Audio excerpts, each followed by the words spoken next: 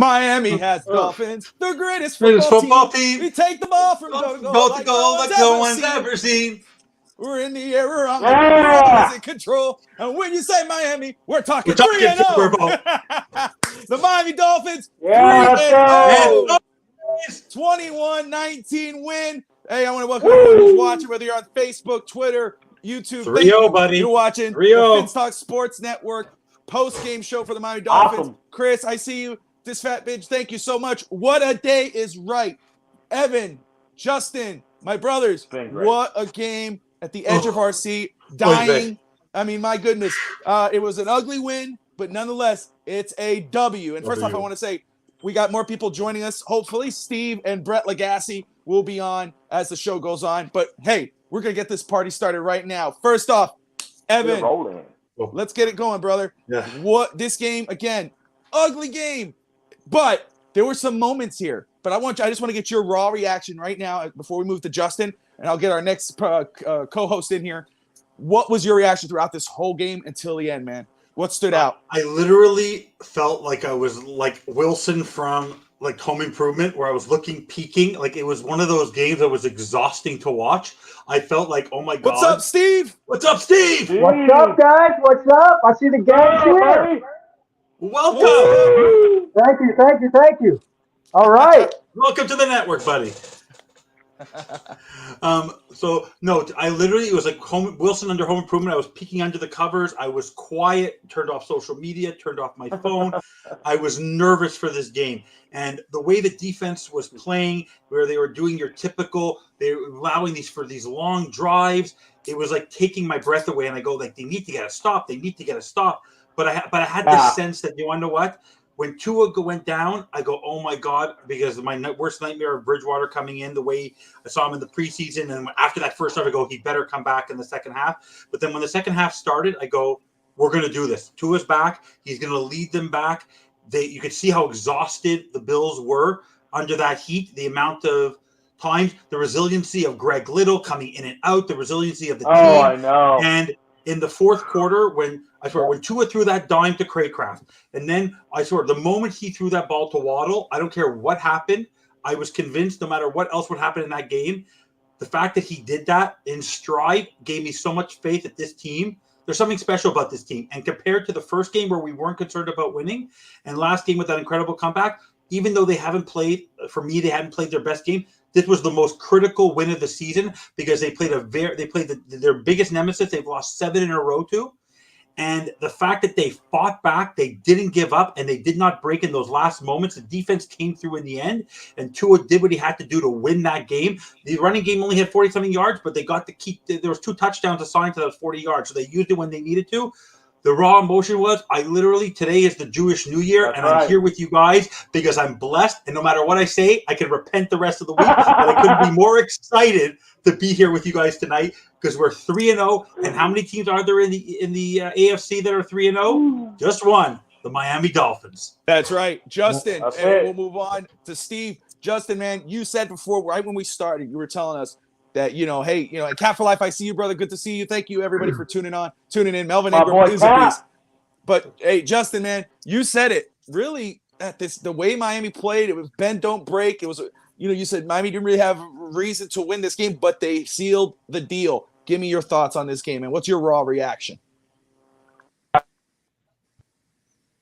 Action was, it kind of started off similar like they did last week.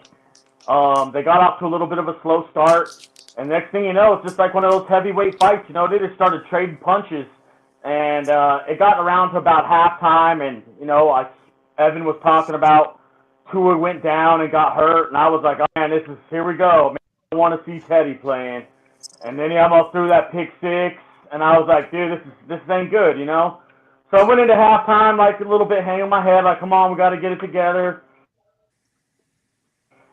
I see him come out for halftime to start the game, and I was like, oh, no, Tua's back. I got a little bit excited, and I was like, oh, man, I think we can still be in. And then just like Evan was talking as well, when he hit that pass over the middle to Waddle, man, I was like, oh, yeah. Oh, dude, this is the one we need. And then we got into the end zone. I honestly was really excited because I was right then and there. Like, we're taking it to him. to start the next half. There was a play in the first half, though, that really had my emotions, like, out of check, man. And I'll be honest with you, I don't know how you guys feel about this, but me, if it would have been Tua that had the that wasn't ruled safety, because when you throw he threw it into someone's feet, it should have been ruled intentional grounding, and it should have been a safety, and we should have got 2 points. So I was pretty pissed off, to say the least. I was mad. I was like, you know what, this is raw, man.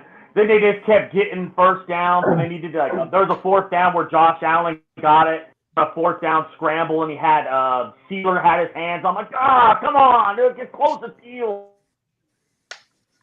You know, you gotta play. So we left a lot to be desired out there, but the raw reaction, seriously, man, I'm so excited. I knew we were gonna pull it off some way, somehow. We talked about it yesterday on the show. I gave a 28-24 final prediction. We won 21-19, whatever. Honestly, I knew we were going to win the game somehow once Waddle caught pass and we got into end zone, man. I felt the raw emotion. The defense got a lot better during the second half of the game. The line of scrimmage started to really buck up in the second half. I felt they started to take it to Buffalo a little bit. And then also, like, Evan, it's really hard to get in rhythm and stay in rhythm when you got, like, your linemen going in and out almost every other drive. We're getting guys. Robert Hunt's playing right tackle. Robert Jones is playing right guard. I don't like that, and that just got messy. I mean, was there a lot to be desired? Yeah, but like we talked about before we got started, Evan, we gave up 497 yards and only gave up 19 points. Man, 17 on that's defense. pretty 17. damn good. We banned, 17 on defense. Yeah, but we banned it and we didn't break. But I'll be honest with you, I was watching the game with a buddy, and the end of the game, I was like, you know what? It was second down, and I was like, I would just take the safety right now and give him the 2 points. If I was the coach, I'd just take the safety right now and give him the 2 points. He ended up kicking it into the back of the dude's butt, and they ended up getting the 2 points anyway. And I told dude who I was watching the game with, hey, fourth down is just as good as second down to me because I would have gave them the points so they could go ahead and have those points. And honestly, it worked out for us. I'm real happy, man. I'm ecstatic. This changes the way the national media and everybody views the Miami Dolphins now. Maybe we can get some credit. Maybe we can get that monkey off our back that we've been trying to get off our back for the last, 3 years? So I'm excited, man. Bring on the Bengals. Let's go. Dolphins Thirsty. Rob, how you doing, brother? Thank you for watching. Steve, first off, hey, Rob, this is your debut on the Fins Talk Sports Network. You've been watching. Right. You've been on the comments all the time, but now we're seeing a face. Right. Hey, man, It was a big game. This was 3-0, and you've been watching the Dolphins as we all, but you've been watching the Dolphins a long time. And at least in this era right now, the Dolphins have gone undefeated a little early, but this is, to me, in my opinion, a different undefeated type of team. This is a different feel, this football team. How do you feel about this win, and what was your reactions during the game? Well, I'll tell you, I'm going to give the game ball to McDaniel, man. McDaniel just, I don't know what he sold to this team, but they're buying it. They're buying it. And I'll tell you right now,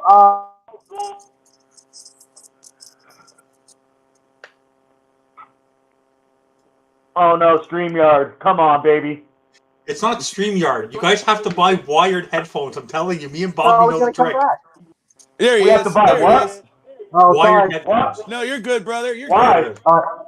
No, so what I was saying is I'm going to give, a lot of folks have been saying, well, what is this Dolphins identity and all that? Well, I've already talked about McDaniel. Like I said, I don't know what he's selling to these guys, but they're buying it. And their identity, you know what their identity is? Their identity is they're never out of the game. They're never out of the game. They find some way to come back, and that's their identity. And so, and Tua. Now look, Bobby, you know how I feel about Tua. I got to come back down to reality here. I'm on a high from this game, but I got to come back to reality. But Tua did have an efficient game. He did.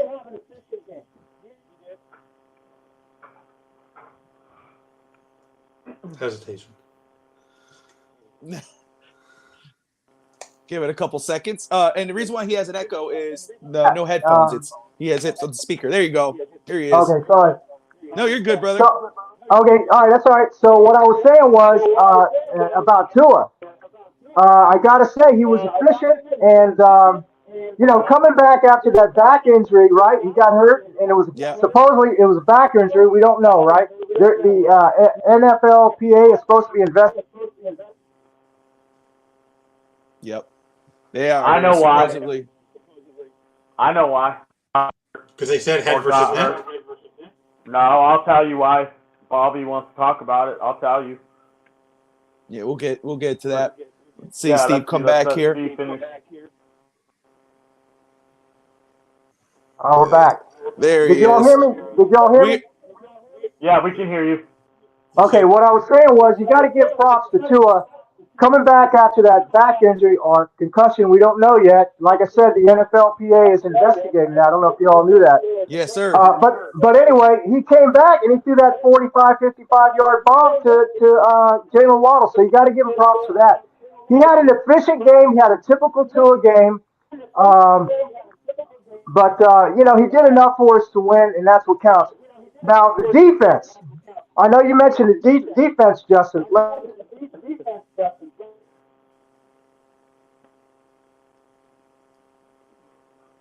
Two and on just froze him. You can play against McDaniel. You can't. Not McDaniel. Excuse me. Allen. You can't. You can't stop Allen, right? But we contained him, and we forced him to make mistakes. So I got to give props to Josh Boyer as well. I had some doubts about him, but he called a good game. So I'm just happy. I'm elated. Look, I even had a little bit of flashbacks from '72. Okay, all right. Yeah. Justin, you real quick, just real quick, and the NFLPA is actually looking into the way the Dolphins handled the concussion protocol situation, so they're looking into that. But the injury, I think, this is my personal opinion, no sources, no nothing. I think the injury came early in the game when he took the the quarterback sneak and he got bent backwards real bad. I think that's where the injury came from, right there. Right, and you're exactly right, Justin, because I saw the post interview with Tua and he said the same thing. So you're exactly right. I think that's it. But look, it's a short week, right? It's a short week, so short week. We got 4 days. Yeah, it's a short week, man. And listen, this defense was on the field for how many plays? 90 plays. And if you've ever been down to Miami, 90 plays. Yeah, if you've ever been down to Miami, okay, and been at the stadium, that's like a damn sauna on that field, man. It's over 120 degrees. Evan, man, he brings up Tua. You got Tua's numbers. Why don't you let us know exactly his final stat line for the day? Tua's stat line for the day was his stat line for the day was 13 of 18 for 186, average 10.3 yards, which was more than Allen, who only had 6.3 yards. One touchdown and one sack, loss of 7, QBR of 79.3, which was higher than Allen, who was 60.8. And his passer rating was 123.8, and Allen's was 94.7. So he was efficient. 123. So okay, I'll take it. I'll take that. You look. If you're a fan, you look at what his numbers were last week with 6 touchdowns, 400 something, and then this week, and you go, But really, realistically, again, what is the key word that I use when it comes to Tua this season? Consistency. Consistency. Yeah. Week to week, he has done enough to win. You could criticize people, and it's true. This game was a defensive battle. The defense bend not break offense, but at the end, Tua did what he needed to do to get that touchdown at the end for Chase Edmonds. 2 clutch big throws to Jalen Waddle right across the middle, which you brought up, Evan. So yes, the numbers wise were not sexy by any means. 123 is sexy. That's a sexy number. Stat-wise, you look at it, not sexy. But You watch that football game, that was sexy. That was enough to win the football team. And right now, 3 weeks in, consistency was my number one thing because you could have 6 touchdowns and throw 6 interceptions the week after or totally lay an egg. He hasn't. It wasn't laying an egg. The offense in general, I mean, the defense, Buffalo did a great job with Tyreek and Jalen Waddle, at least till the end. But the offense did enough to get points on the field and to win a football game. Defense, bend not break. Melvin Ingram, Javon Holland, Jerome Baker. Yeah. So Baker Evan played well. Reading those numbers, and I he know was flying all over the place. Looking at those numbers for Tua and watching them, you know better than most, and Steve as much because Steve's been watching since the beginning as well. Consistency with Tua is something I've been preaching so far. Yet, week 1, his numbers were good. There were some things you look at. Week 2, off the charts. He threw 2 picks, whatever, but off the charts, 6 touchdowns. This week, a touchdown, 100-some-odd yards, 123 passer rating. Consistently doing enough to win the football game, get his team in position to win. How are you feeling about 2 or 3 weeks in? I'm beyond the word impressed, and I'm going to give you a stat. You always talked about you want to see him getting better. In the first 2 years, his first 2 full seasons of those games that he played, how many touchdowns did he throw for 40 or more yards? 1. Who's the leader after 3 games, after Mahomes, Rodgers, Allen, everyone's played 3 games? Who has 4 40-plus yard throwing touchdowns? I'm not talking yak after the catch. I'm talking where he bombed it 40 yards. And the one he did today was 55 yards in stride. That's Tua. And the fact people say on Twitter when he fell, people were posting on Twitter because I read after the game, he's glassed. He got back up. The guy is a warrior. He got injured with the hip injury. Bro. He got back after 9 months, even if he was struggling. This season, what you've been preaching the entire time, even though I've been on the Tua bandwagon since we both met, is that he consistently got better and he utilized his tools. Today, you saw he did when he had the opportunity to get sacked. The one sack he took, he could have been typical old Tua from the first 2 years and could have tried to get rid of the ball and could have thrown an interception. He took the sack. He did what he had to do, and on that play, what was it? It was 3rd and was it 3rd and 22 when he threw that bomb? I think it was. Was it 3rd and 22? It was 3rd and 22. It was 3rd and 22. And Bobby, Steve, and Justin. If that would have been last year, the ball would have been handed off, kick a punt, play strong defense, and rely on your defense to win that game. They believe in him. There's a confidence about him. There's a feeling there. I know, it's so great. There's a feeling there. Look at Craycraft, Waddle. He didn't need to stick as much. Craycraft. All of them. Phenomenal. 2 touchdowns. It's his new buddy.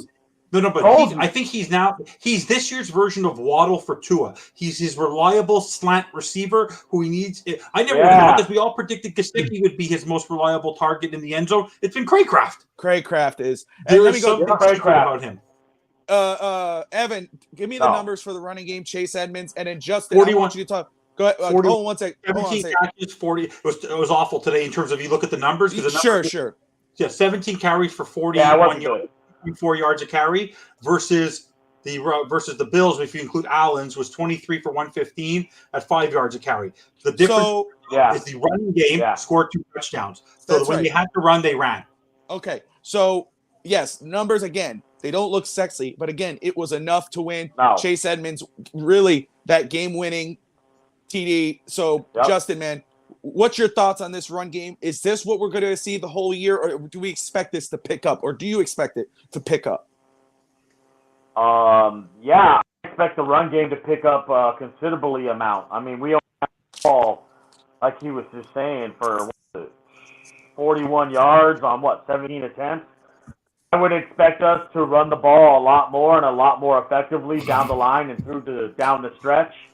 What's up, Brett? What's going on, buddy? Brett's in the house. My mentor is here. Air power. He's my beard of knowledge. That's right. Notice that the vets did not come in at the beginning so we could sing our song all together. They stuck it out and waited for us to I expect on overtime for Brett to start off the show singing the entire song by himself, a cappella. But the run game Miami Dolphins.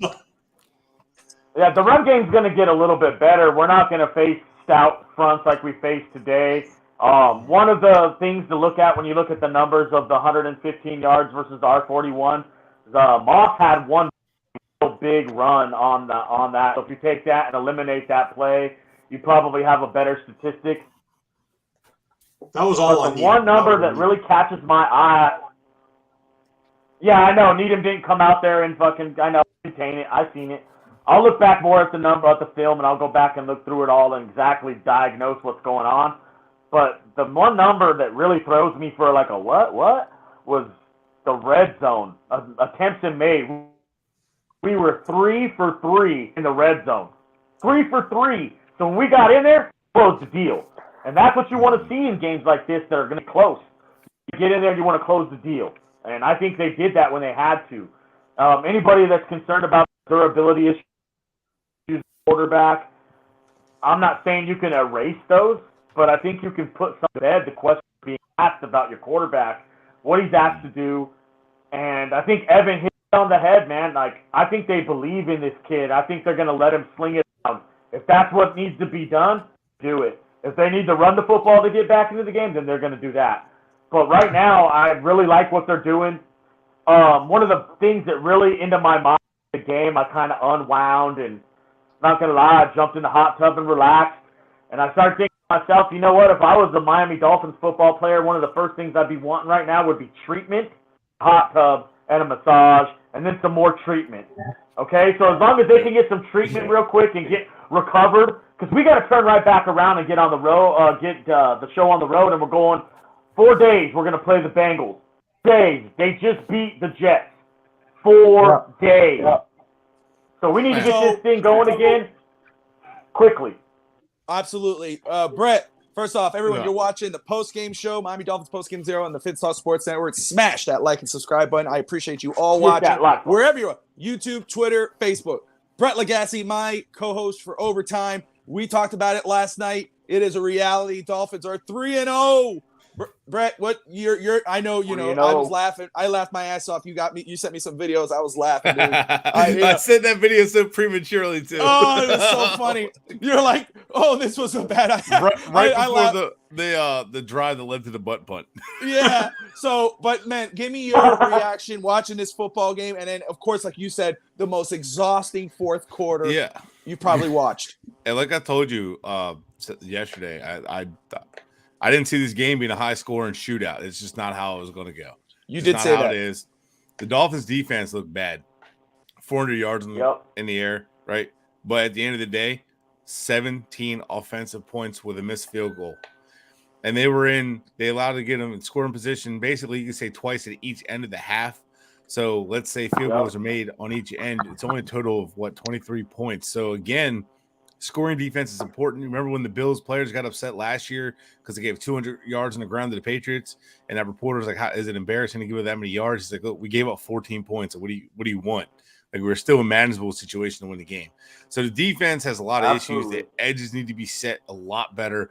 Linebacker play is too sporadic, but that's a really good offense. To hold that offense to only 17 points, the lowest points they've scored all season, that was huge. Pretty good.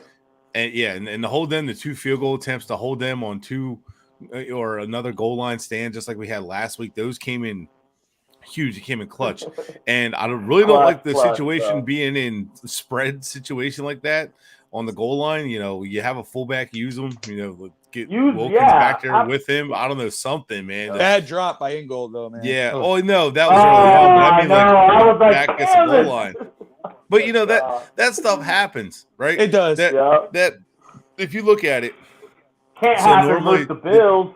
Defense carries your team, has been carrying the team, right? Last week it didn't. Yeah. This week it really didn't. Then nobody really played complimentary, but the teams played good enough at all 3 phases to do enough to win and to force the Bills into making mistakes. Josh Allen threw 8 interceptable passes that I counted. That's right. 8. Yep. So that's like they were forcing him into mistakes. They just didn't close it out. So they played a hell of a game against a good team. We talked about it. Wasn't pretty, but they won. Like if that was a playoff game, everybody's even more hyped. Anybody who's like critiquing the style of win. And then you got to talk about Tua. Let's ignore that concussion thing because I think that's going to come down the pipe. I think the Dolphins are going to get in trouble for that. But that was a good game. It was efficient.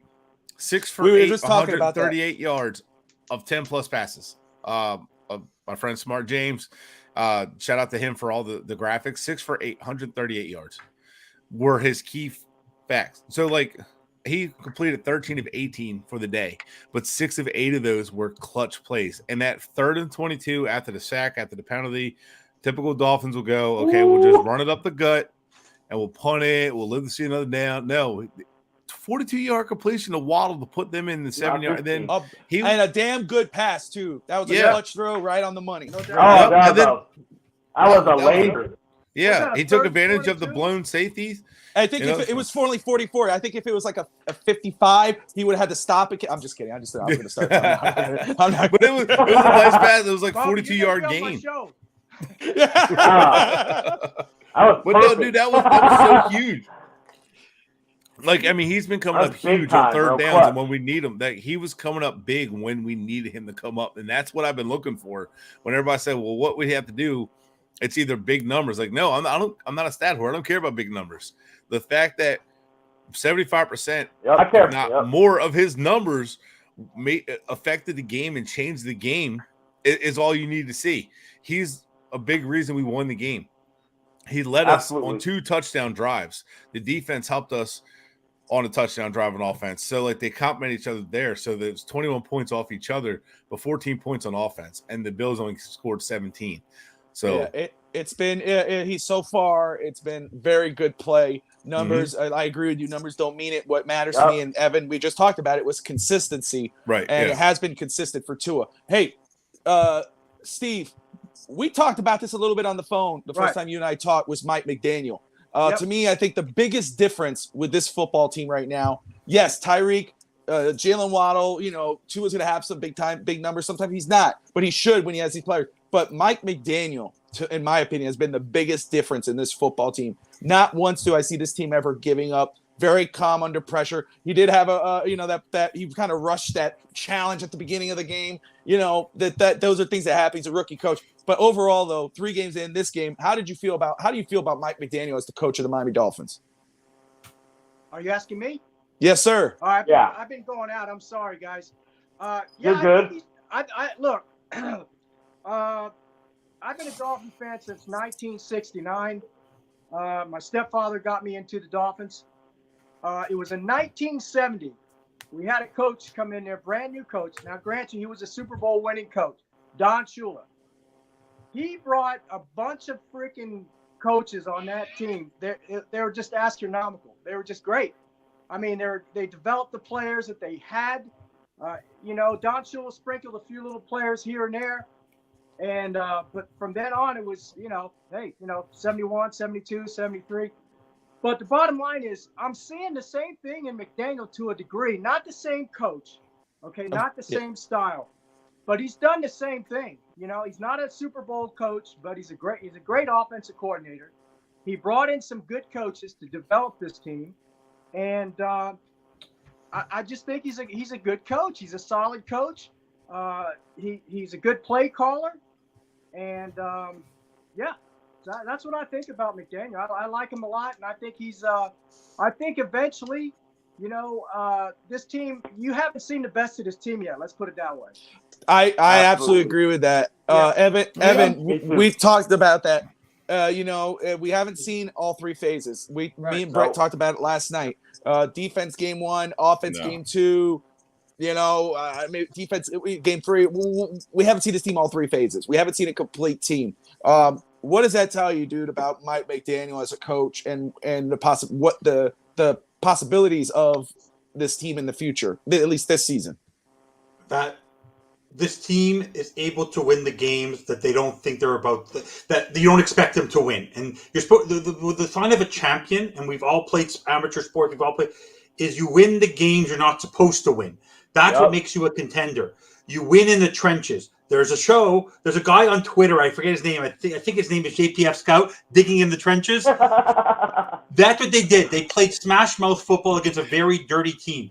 Look at what Christian Wilkins did. Yeah. We were got under Josh Allen's skin. That made a very big difference in the game. Yeah. The way the hit on the fact that they got frustrated, the hit on Edmonds, the hit on Tua, like the way that they got under the Bills' skin and they played they play smash mode football. They didn't break today, and I think that the sky's only the limit because they can find ways to win. Like if I was Thomas Morstead, I would have been so embarrassed that I kicked the ball into Trent Sherfield. What did he do?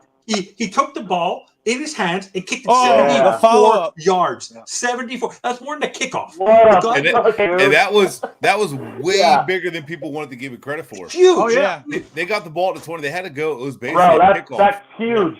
Yeah, usually a safety, you're getting the ball at 35, it was a 40 kickoff. yards, and that was a huge Absolutely. play, which is why I keep saying you don't need a punter. A punter's not important until you need one. Yeah. Like, well, by the way, a good punter. I want to hear a crazy stat. I couldn't believe it. I'm sure you all heard it when you guys were watching the game. It took until the second quarter of this game for the Bills to have their punter kick for the first time. Yeah. He hadn't punted in 2.5 games. That's the thing about this team. They did what they had to do. Allen underthrew ball. Allen did things today. They forced him into mistakes. They forced him into mistakes. Like you look at the stats today, the number of pass defended. Holland could have had 2 interceptions. The way Phillips could have had a game. Like Phillips made. I'm sure Brett, you saw this play. Everyone saw the play. Like he missed an awful tackle on Allen. Allen made him look a little funny. The next 2 plays later, he almost intercepts the ball. That's the sign of this team. They never give up. They never give up. And the best part about this team is you don't hear about how that would have been so amazing. Yeah. What'd you say? The timing of that Phillips tip, if he came down with that, he almost got it. That would have turned the game. Like we would have won even more convincingly that way. Like that would have changed the game. Howard didn't have the best game in the world. Yep. Could have been. Well, absolutely. What a boneheaded penalty at the start of the game for Howard, I watched that play again. Actually, it wasn't even that bad. It was chippy. Yeah. It wouldn't even. I was like, okay, they kind of like, all right, they're trying to get on top of this. They know this game's gonna be chippy. They're trying to get on top of it right now. That's why. I think that's why they threw the flag there because I'm looking at them like that wasn't that bad. Like I could agree with the flag, but I'm like, I could also agree you not throwing it. But only they want to get on top of this because they knew.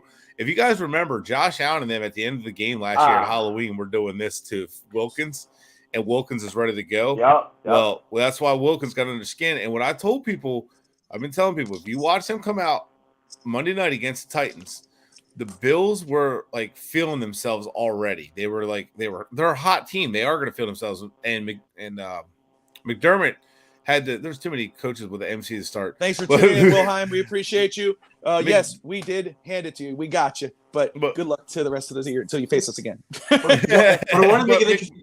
McDermott, like he had to settle them down, and this week Miami found a way to rattle them, to get them out of their character, to get them to make mistakes, to get them to commit penalties. Yep. And then the war of attrition. I don't want to hear injury excuses because both teams started losing guys. That's right. Getting hurt. We were down to the third tackle.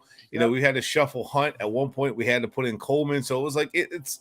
Everybody was going through it. Everybody was dealing with the same heat. So we had to put 2 in after a concussion. So, I mean, like, we were all going through the injuries. So, and the Bills defense played really good, which doesn't surprise me because Leslie Frazier's a fantastic defensive coordinator. Yeah, he is. And he's a pain in the ass because he's so good. Justin, it's funny. I was just going to tell you, get your point out, but I also want to get your studs and duds of the game, and then we'll go ahead and get Brett's, Evans, and Steve's as well. But go ahead and get your point on your studs and duds. I was going to say on that Wilkins play, I seen him come downfield and knock the snot out of Dawson Knox. But on that play where he did rip off, or Josh Allen ripped off his helmet, I think Josh Allen to pull up, and I think I read his lips say, he grabbed me in my crotch. I think he negated that one right there, and I really wouldn't doubt it if he did. I believe talked about it a little bit on the pregame about how they needed to force them into mistakes, and they did that. But if I want to go, if you want to just jump on stud, and does as well, let's go ahead and say my first stud. I'm going to go with Tua. I think he did exactly what he needed to do when he had to do it. He came back in after maybe suffering an injury that could have kept him out of the game when he didn't have to. They could have just said, no, we're going to go with the backup. We're not going to risk it. I think he's a stud of the game. I think another stud of the game would be Melvin Ingram for getting the goal. Melvin Ingram. Seal the deal. Yep. And he also recovered the fumble early that Javon Holland, I would say, also helped the game in the win when he had the strip sack fumble. If I can give you a dud, no one's going to like my dud, but honestly, I wish I caught it. But Alec Ingold, come on, you got to come up with those footballs right there. I want you to catch the football. And then maybe that's about it. Fins up. Let's go on. Bring on the Bengals. Steve, why don't you go ahead and then Brett right after that, and Evan. Steve, who are your studs and duds of the game? You could come if you have 3 for each one. Perfect. You got 1. That's okay. Yeah, I would say Tua for coming back after that concussion or back injury, whatever it is. He came back and he threw that ball down to Jalen Waddle, 45, 50 yards, man. That's tough. That's tough to do, man. I mean, so I would say he's my stud. And then I know y'all probably not going to believe this, but my dud, I'm going to have to say, even though he had that one good play there, I still haven't seen enough out of Jalen Phillips. Yeah. So I knew it. I knew you were going to say that. I knew you were going to say that. 0 pass rush moves. He just kind of pushes. Yeah. He's give him some time. Give him some time. Another slow start. Brett, you said the same thing about Tua. Brett, now look where we're at. So it's all good, homie. I'm not saying anything bad about him. I didn't say he can't get there. Tell him, Brett. Tell him. I didn't say Jalen Phillips is a beast. You'll see. I didn't say anything bad about him.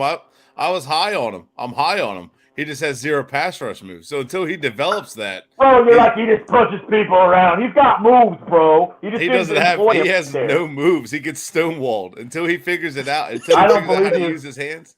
I'm not gonna believe that he has no moves. He's got moves. In fact, he can do it with the right hand. How about like this? He hasn't shown those moves. That's what I said. I said he didn't employ them. I said he didn't employ his moves. That means he didn't use them. Well, right. That's not good. that means that's why he has no sacks. This is Brett. Let me just let you in. Not all about sacks. With Justin and Evan, the pressure is always on here with the post game show. We don't let anything go. We go and we'll come at with everything. But Brett, who are your studs and duds of the game, man? Let's start with duds. I'm gonna throw an extra one in there. Teddy Bridgewater. Easy peasy. Dude, that was holy hell. I don't know what I was watching. Hey, Brett, you got to give him a break, man. He only had, 2 or 3 plays? That was it? Yeah, but I mean, he was bad in the preseason. Like, Teddy just, I don't know, man. In the preseason. Just give me Skylar. If Tua goes down, give me Skylar. Because when your backup has to come in, at least give me someone fun to watch. But Liam Eichenberg. Again, Skylar wasn't active.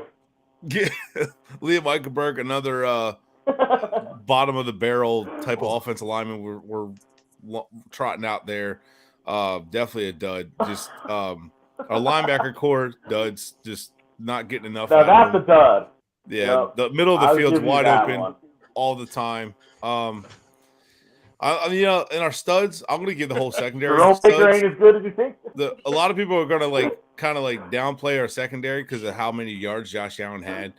But at the end of the day, our studs, I think the entire secondary stepped up. X missed a lot of time this game. He kept coming off the field. Yeah. Him and Diggs were going at it, and then they Cater kept Kahu.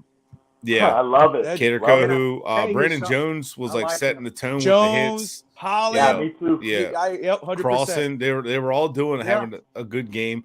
So I think our secondary is all in all studs considering the situation, the team they're facing. I would say defensive line, Sealer and Wilkins are both studs. Sealer was making a lot of plays and people weren't talking about, man. He was just he's just all over the place. Stack and shed. And we missed Raekwon Davis. You could feel it with Jenkins in the middle because Jenkins just wasn't getting it. Oh yeah. No. Yep. But Wilkins stood up. I love those studs and duds. You'll feel that a lot less if we actually get 2 stud middle linebackers. You notice the Bills didn't feel their defensive tackles missing. They were missing half their interior defensive line. I know. But they have 2 really good linebackers that just kept making plays.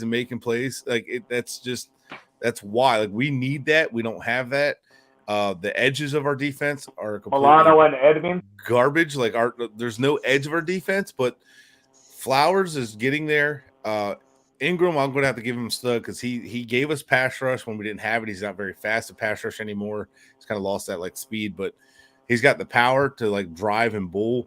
So, you know, we're going to need to get the pass rush going to have to step up because what you're starting to see now is quarterbacks are starting to pick the defense apart. Like Josh Allen, it's going to be hard to blitz him because he's going to pick you apart. So you're better off playing coverage and trying to get home. But like I've said before, we have guys that don't win one-on-one in the pass rush, and we need that. Until we get guys that win one-on-one in the pass rush, that includes Ogball, and don't have to be schemed to get there, we're going to run into that issue. So that's a big part of our issue. But, man, I almost gave Boyer a dud, but his defense came up at the end. So give him a dud. All right, Evan, you've been sitting there quietly. I know that's hard. I know it's been difficult. God bless you. But who are your studs and duds of this football game? My number one stud to start off is Ken Dorsey because let's start off with him. At the end of that game, the two highlights for me, after getting over the hyperventilation of needing oxygen, to see Ken Dorsey having a fit the way he was, and the guy who they were shocked by what he was doing, they covered the camera. Literally made me pee my pants. And then you know why? I'll tell you why he did that after you're done. You'll tell me in a second, but you'll tell me in a sec. But then also when with Tua doing "Rockin' My Baby" to Josh Allen, for me that was, you want to know what? Humble. That's the thing about Tua. He's humble. He's a professional, and that's what I loved about him. For me, one guy who was my number one stud because I watched it.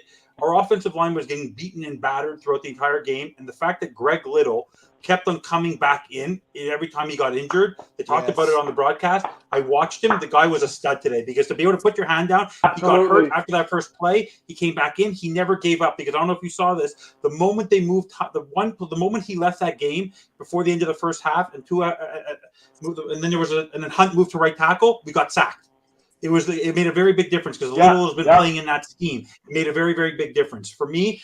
He was my stud of the game, along with Morstead, because Morstead could have gotten down. That's the one thing I love about this team. I said before, the fact that people learn from their mistakes and they keep going. For me, my dud, honestly, for today's game, you mentioned Phillips before. I'm trying to think who my true dud is because I'm Mr. Bandwagoner. It's still X. Because even though X kept him at bay, he hasn't been the captain of the defense yet. Like he still hasn't led that defense yet, and he still hasn't been that player that has made a big difference yet. He hasn't had an interception after 3 games. The defense has been not break, but Kader Kohu has been an overall better cornerback in those key plays, and so is Holland. But we're talking more about Holland. We're talking more about Brandon Jones. We're talking about more Kader Kohu.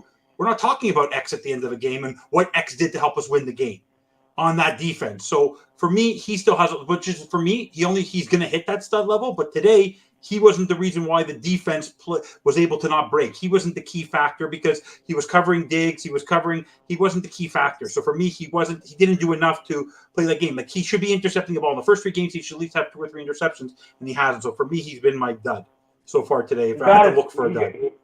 He got his hands on one. He got his hands on one of the ends back there. And I want to do an honorary stud. I think you guys have all hit him on the money, and I just love it. But the honorary stud has to be Ross and the people who constructed the renovations of Hard Rock Stadium. Oh my God! Because that had a lot to do with it. With that sun beating down on those guys. No. Bills were complaining, they shouldn't have the shade, but we do. But that wasn't a problem when it was 35-0 last year with Jacoby Brissett concrete seat in there. Wait. Exactly. Yeah, right. Wait. That's not true, Bobby, because it was so hot on the Buffalo sidelines. Fish Tank Hank had to go into the game without a shirt on. Okay? So that is not a good thing for the construction of the stadium. Okay? But no. By the way, you can hear. And I want to make an interesting point for all of you. We talked about when the running game is going to be used. You want to know what? When it starts to get colder in November and December, trust me, the running game and the scheme that McDaniel runs with the running game is going to make a very big difference. That's how Tua is going to succeed in the colder months of November and December. When they go into Chicago in November and it's 45 degrees, 50 degrees outside, trust me, they're going to be running the ball more. Absolutely. Brett, you usually, if I'm on a high, you usually balance me out and say, well, I should just tamper this down. But I'm going to tell you, man, at least my opinion, this 3-0 is a different type of 3-0 right now. I mean, the way this team has done it, the vibe of this football team, etc. You know, we're gonna have our preview tomorrow night of the Bengals game. You know, since we're here now talking about this, but let's just stay with this right now. This 3-0 run with McDaniel, with the way the team is doing, Tua consistently performing. It looks like his audio went out, but that's okay. But anyway, buy everybody a pair of Apple headphones. I'm telling you, it'll save their lives. I think it was Wi-Fi. Apple. But anyway, yeah, probably Wi-Fi. Yeah, I think it's Wi-Fi. But anyway, what was I going to tell you was, should I, like, you know, you always want to believe in your football team and get excited. But, you know, well, you know, that's what Evan gets on me for. I always say, well, there's a reason. Here's the issue here. Here's the issue here. There's issues on this football team that need to be addressed. Yep. You know, this team was an ugly Absolutely. win. However, this is a game. I think this is a game. It's like even last week where Miami loses this football game. If it was anybody else, especially the coach, I have high expectations. I'm feeling pretty damn good about this football team for the rest of the year. Tell me, am I wrong, or is there a reason to be excited to be this 3-0? Is this a real 3-0? Is this you got? I know I'm gonna put you on the spot. So Don't it's a do real it. 3-0 because the last time like we've been 3-0 was Adam Gase, right? That's Who we right. beat? Beat the Titans, transitioning. Beat Yep. the Raiders, transitioning. Like we beat what the Raiders were with the first year of Gruden, second year of Gruden, whatever. We never remember what the Raiders were doing. They were tearing it down just like we did 19. Yep. So we were on this high with these average players that Albert Wilsons of the world that everybody thought was this electric player. Jakeem Grant, who I liked. Jakeem Grant just had small hands, but like we didn't really have a whole lot of like talented players. And Parker was like a number one receiver who this is going to be the year he breaks out. Same thing with Tannehill, and we went on the 3-0 run, but the defense was bad, really bad. It was worse than this one. And we didn't really have guys that made plays. You had X, and that was it. And like, the rest of the defense was okay. Well, you had Wake and Quinn, but other than that, like nothing really. Like nobody made plays. The system was absolutely terrible. And not that this system was great either. Sometimes I think it's overcomplicated, but like this defense has made plays when we've needed it. This defense has come up big when we've needed it. They've been able to. They're fast. They pursue the ball. Although some of the pursuits are bad, and they don't tackle well sometimes. But you know that's one thing with Roberts. He does tackle really well. But like so, there's issues need to be fixed. The middle of the defense is scary. Hopefully, Tyndall can help with that. Edges of the defense are very questionable, like inconsistent, and the corners aren't playing very disciplined against the run. Like that's always been a problem with this defense since Flores took over in 2019. So like that's an issue. But at the same time, look at winning teams. How good are their defenses? They're not always good. They're not always the Rams good. They're not always the Seahawks good, the Buccaneers good. You know, they're not always that good. You know, the 49ers had a good defense and their offense was good, but their defense wasn't all that great. And you saw that against the Chiefs. The Chiefs kind of exploited it, right? And then, you know, the Bengals had a pretty solid defense, but it wasn't great. You know, the offense would carry them. So the offense can score with anybody. All they have to do is complement each other a little bit more. The offense has to sustain more drives, but the defense has to get off the field at the same time. The offense couldn't get a rhythm, but it was kind of like back and forth. Like it's which came first, the chicken or the egg. So like the offense couldn't get a rhythm, but the defense couldn't get off the field either. So the offense didn't get as many reps. So you're kind of like shooting yourselves in the foot. So like, but this is long term because McDaniel isn't afraid. He doesn't panic. 3rd and 22. What Gase do? A screen or a delay, get up the field, get you more room to punt, whatever. That was it. That's all he would do. But now, like McDaniel's like, well, I'm going to dial something up. If there's a shot downfield, we're taking it. And I don't care if McDaniel's into his ear all the way to the point like Jared Goff was. Fine, whatever. It's working. Keep doing it. And then evaluate your guy at that point. If you don't want that anymore, figure that out from there. But like if that's what he's doing, it's working. Fine. But keep that going for a while. It worked for the Rams for a few years, so keep that going. I have a lot of faith in McDaniel that he'll keep writing things, that he'll keep changing up. If people realize this isn't the same offense that the 49ers run. No, it's not. It's different. No. Why? Right. Because it's the same system based on the personnel that they have. So the personnel we have is different than what San Francisco has, and that's huge. You know who else did that and had years of success? Sean Payton. And then he started tweaking the offense. Okay, well, like when he had Marcus Colston, that wasn't his original plan, but he really liked Marcus Colston. So he always had a role on his offense for a Marcus Colston type of guy. Yeah. Which River Craycraft. Right. So well, there you go. But like, he developed it, then he kept like tweaking it as the years went on. True. And as Breeze needed to adjust, he tweaked it. So like McDaniel was that kind of guy, and that's huge. A defensive guy who can't hire offensive staff is not going to take you very far. So this, I would like this is for real. I would see them. I know we started the beginning of the season, and I think they didn't have as much of a reaction as a contingency plan as they were reactionary at first. And now I think it's changed a little bit to make starting contingency plans. I would actually like to see something happen at the linebacker position.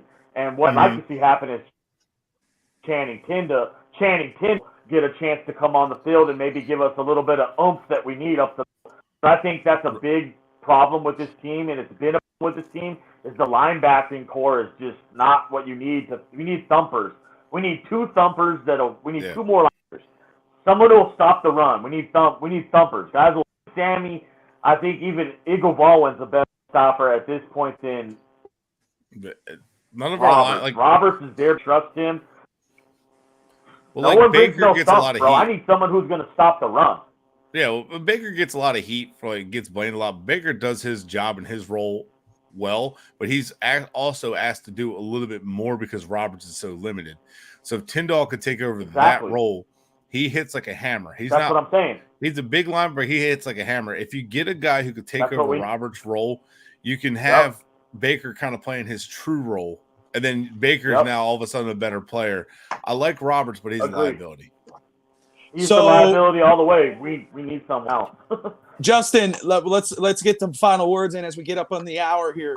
But you got digging in the trenches next Saturday, so you're gonna be off until next Saturday on the network. So let's me and Brett have tomorrow. We got overtime. Evan has the bandwagon on Tuesday, so we'll get to talk about that Bengals game. So I know we're gonna keep it. I'm gonna let you talk about it, but I think guys, we're gonna hold our tongue. We'll get our final words for this game, and we'll finish it off. But Justin, before your final words, how you feeling about this Bengals game? You talked about it, brother. It's only 4 days left. 4 days, and this was a fight. To me, this was. I mean, me and Evan talked about it, and that's how I felt. I talked to my brother Nick. But to me, this game, the ending of it, especially, it's like a Rocky fight. I remember when I saw that play. And he got it to the receiver, and I noticed that he didn't bounce. And I'm 10, 9, 5, 4, 3, 2, 1, here we go! And I said, you could have played that Rocky music. Oh shit! It's awesome. But this both teams are gonna be gassed next game. Oh, I'm telling you. The Bengals won tonight.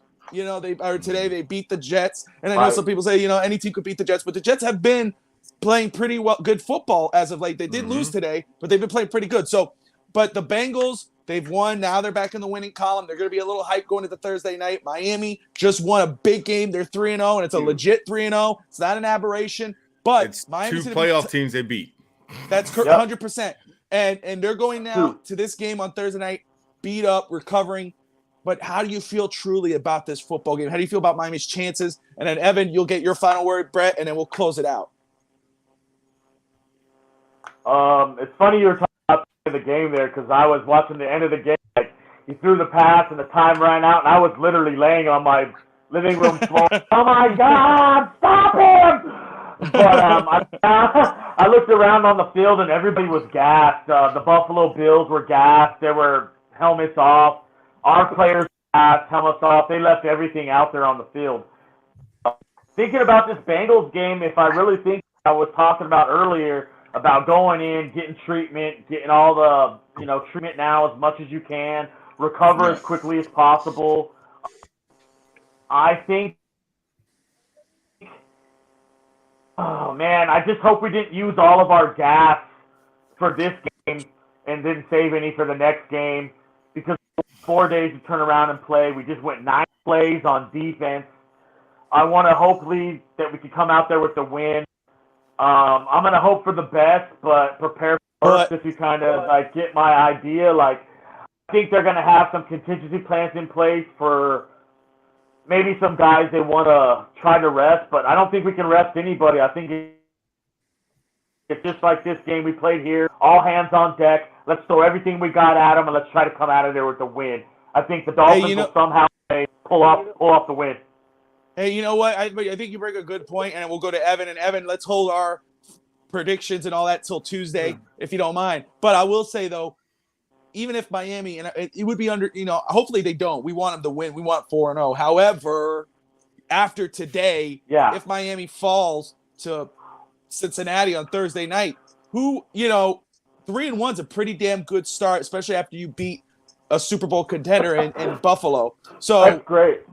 So anyway, but we'll get that. Me and Brett will talk more about it tomorrow. Evan and Hank will talk about that Tuesday. Steve and Rob as well before that for Real Talk Fitz Talk. But Evan, your final words, man. The Dolphins are 3-0.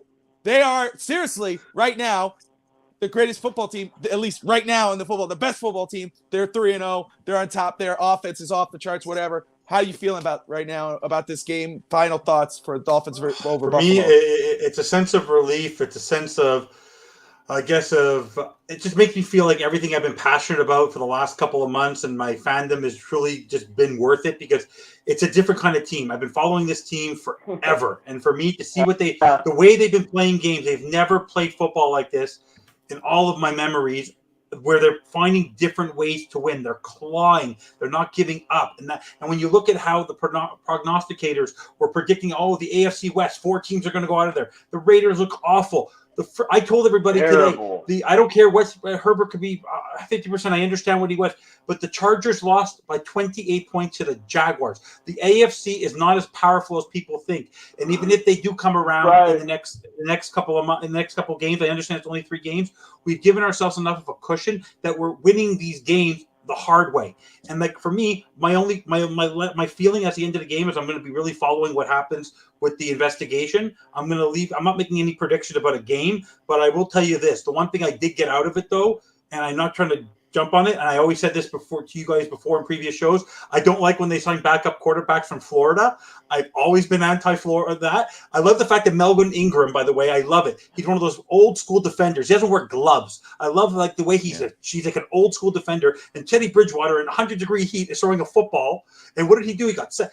If Thursday comes around, I find out on Tuesday or even on Wednesday that Tua cannot go for any particular reason, they have to make him do a physical, and they find something. Skyler Thompson better be starting that game because I will tell you this: Teddy Bridgewater. I understand they signed him for $6.5 million. He did not. All he had to do was hand the ball, make little dink and dunk throws, the way we always thought Tua should in the first 2 years. He couldn't even get rid of the ball. He almost threw a pick six. He got sacked. He had 4 seconds to throw the ball. He didn't know what to. He wasn't prepared to come into the game, and that was a concern for me. That was the one. That was my bigger concern. I got you, brother. That was my bigger concern with Bridgewater. Not more about how he played when he got in there. Was just because sometimes you need some time to get in the rhythm. My biggest concern was that he was not ready. That's what bothered me. Yep. You're the backup quarterback. Wasn't ready. You're there for a reason. You have to be mentally prepared to do that. If he throws it incomplete or whatever, the offense, I get it. Because when your starting quarterback goes down, no matter who it is or how you feel, your offense is going to take a step back because they're on vibing with him. But when you got a backup, you need to be on the same page, and he didn't look like it. So I understand in my opinion or my thought process, I think that's where Steve was going at it too earlier, was that you got to give him a chance to get in rhythm. But that wasn't my problem. I understand that part. What I didn't like was, and I think you just said it, was the point of, and when I was bringing up was he didn't look mentally ready to come in. That's your job. You're the backup quarterback. You should always be prepared to come on in. He's played 29 games. He's played more games in the last 2 years before this season than Tua. And he did not look, and he had all season, all training camp to follow the exact same playbook as Tua. And he came in that game, couldn't even, little slant plays, he couldn't even throw a ball 2 yards. It literally fell to the guy's feet.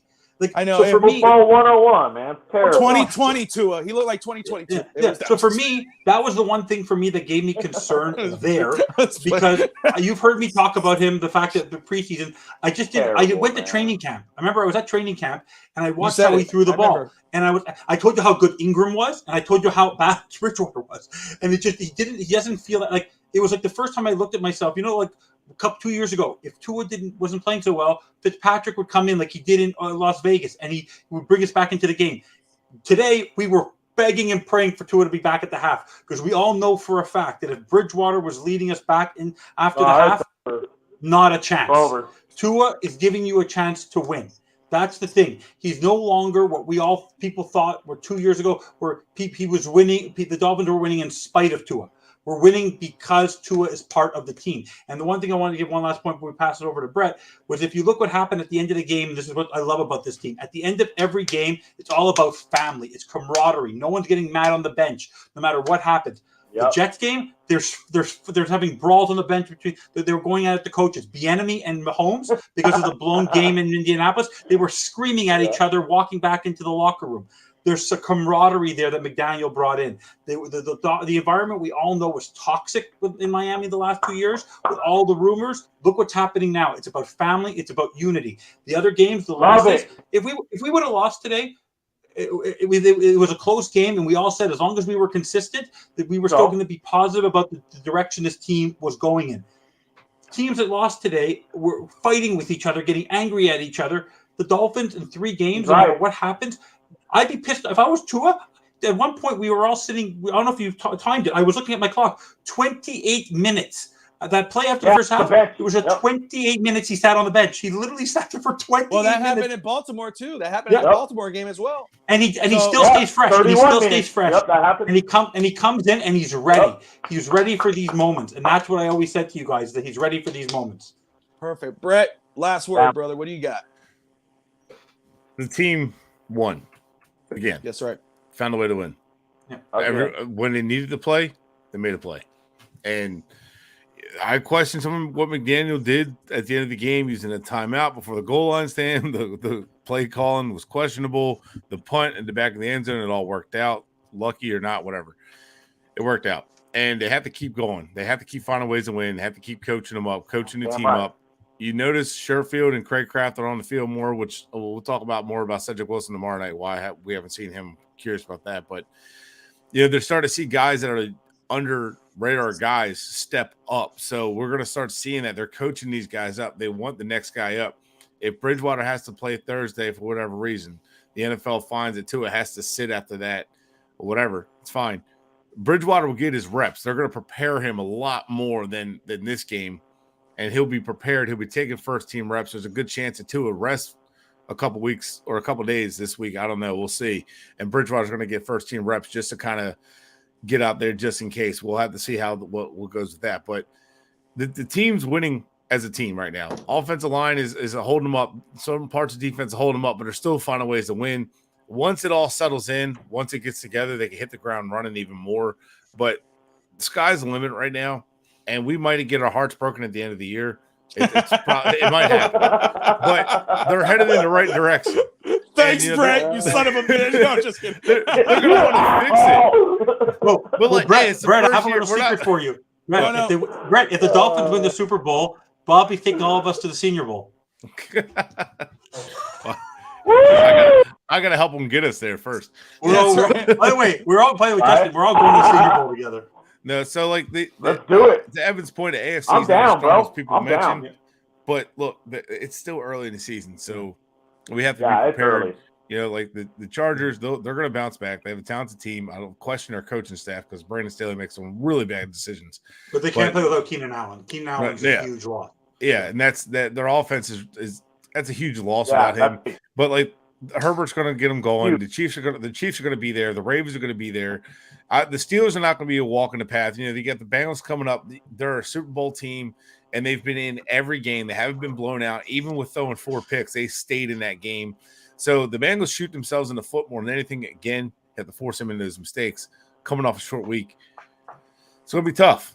Let me tell you, I kept saying from the very beginning, that's why I put it as a loss. The only reason I put it as a loss is not the Bengals. It's going on the road in a hostile environment on Thursday night. Especially after this type of game. And you know what, though? No matter how it went with the numbers and everything, that's what I was going to say, too. I mean, after Evan read the numbers for me, Evan, thank you for having those numbers available, brother. I know you're always prepared for that. But I'll just say is that even when you look at the numbers and both of you, everyone's brought it up, is that it wasn't a perfect game at all. Justin had a great point at before the show, and we brought it up a little bit, is that Miami really had no business winning this game, but they did. Right. They are 3-0, and these are very impressive wins. So even if Miami, like, even though the numbers weren't, I'll say it. No, I'm going to say it like this: even if the numbers weren't sexy or whatever, Dolphin fans should be very. I think Dolphin fans, even though last week was amazing, you should be more excited about this win because this was a fight. This was a fight, and Miami this week you should be more excited. I mean, I love last week. The touchdowns, everything's exciting. Absolutely. Big time offense is sexy, right? Those type of games. But this game right here, this is old school football. These are the games that Miami would be out of it. Won that game. So for me, 2 games in a row, Miami would have been out of it. 2 weeks in a row. Damn right. They are in it. They're 3-0. It's only 3-0. I know that it's 3-0. I get it, but this is a different type of 3-0 in my opinion. This is a different 3-0. Just so you know, the Ravens went and beat up on the Patriots. Yeah, the Ravens went and beat up on the Patriots, and Mac Jones didn't torch the Patriots like Tua did. So, so there you go. So the Ravens defense isn't that bad. That's right. So let's leave it at that. Brett, Evan, Justin, thank you all for coming on. Obviously, for the post-game show, we are happy. Dolphins are 3-0. Don't forget, thank you all, everybody who's tuned in, everyone who's commented. Thank you. Whether you're watching on Twitter, Facebook, YouTube, smash that like and subscribe button, and we will be back here tomorrow night for a Fins Talk overtime with me and Brett. We are going to be previewing me trolling. Yeah, that's right. The Cincinnati Bengals game. That we're going to be obviously, we're going to be very excited. Still, we'll have some time to digest this game, but also to be ready to talk about Thursday night football. It's only 4 days. It's going to be a tough game, but we're ready for it. 3-0, baby. Hey, but did my pick change? That's right. I know. Yeah, I'm with you. I had it as a loss too.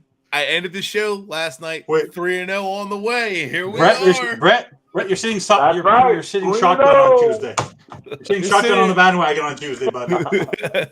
Hey, guys, thank you so much. Don't forget to like, subscribe. Most importantly, Fins up. We'll see you tomorrow night. Overtime. Fins, baby. Fins, baby.